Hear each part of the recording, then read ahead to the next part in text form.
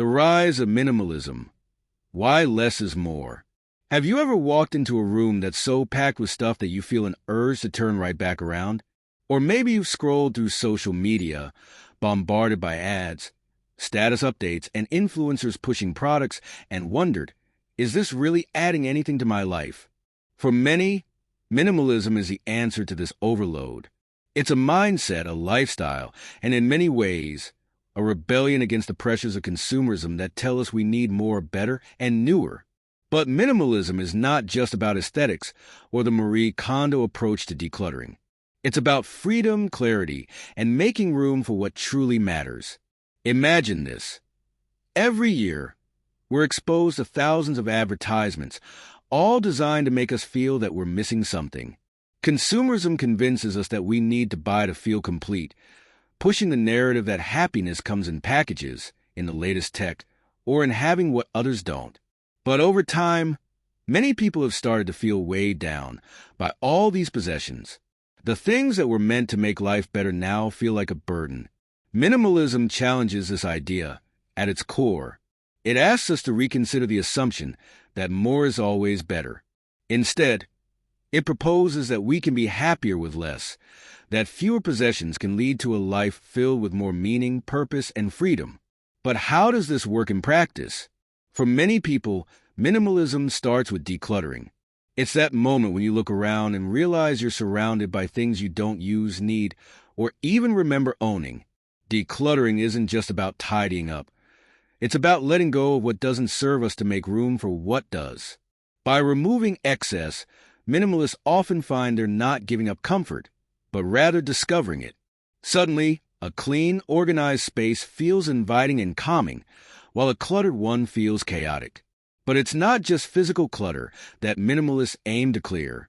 Digital and mental clutter are also key. Social media, constant notifications, and information overload can take up mental space, leading to stress, distraction, and a sense of overwhelm. When we start reducing these digital extras, we open ourselves up to focus on what matters more: relationships, personal growth, and meaningful experiences. One of the most powerful aspects of minimalism is how it helps people reclaim their mental space. In a world where everyone seems to be hustling and grinding, minimalism offers a more peaceful path. Mental minimalism encourages setting boundaries, being intentional with commitments, and learning to say no to things that don't align with our values.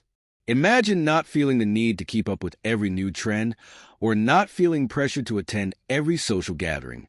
Minimalism can give you the mental freedom to focus on fewer, more meaningful experiences rather than scattering energy across a million distractions. So, why do minimalists claim to feel happier? It turns out that when we let go of the constant pressure to buy and own more, we actually free ourselves from a lot of anxiety.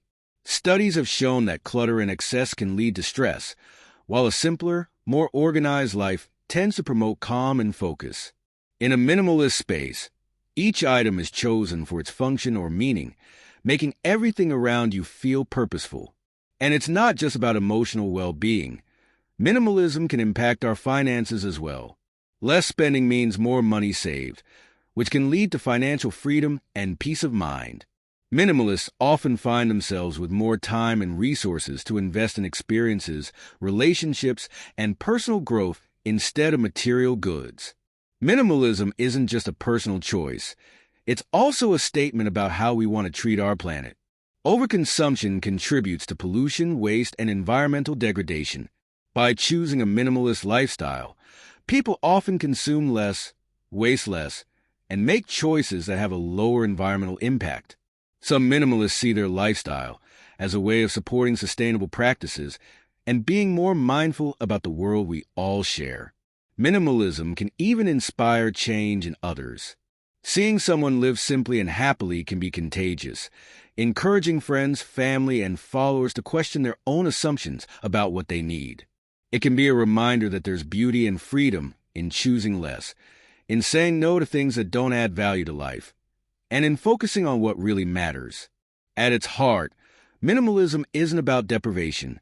It's about making deliberate choices that add value and meaning to life. When you strip away the excess, You start to see clearly what you genuinely care about, and you create space for those things to flourish. Minimalism invites us to ask the question, what really brings us joy? And the answer often lies in the things we can't buy. Time, freedom, and a life filled with purpose rather than things. For anyone considering this path, the journey begins with a simple step. Taking a look around and asking, does this add value to my life? Because sometimes it turns out that the things we really need aren't things at all.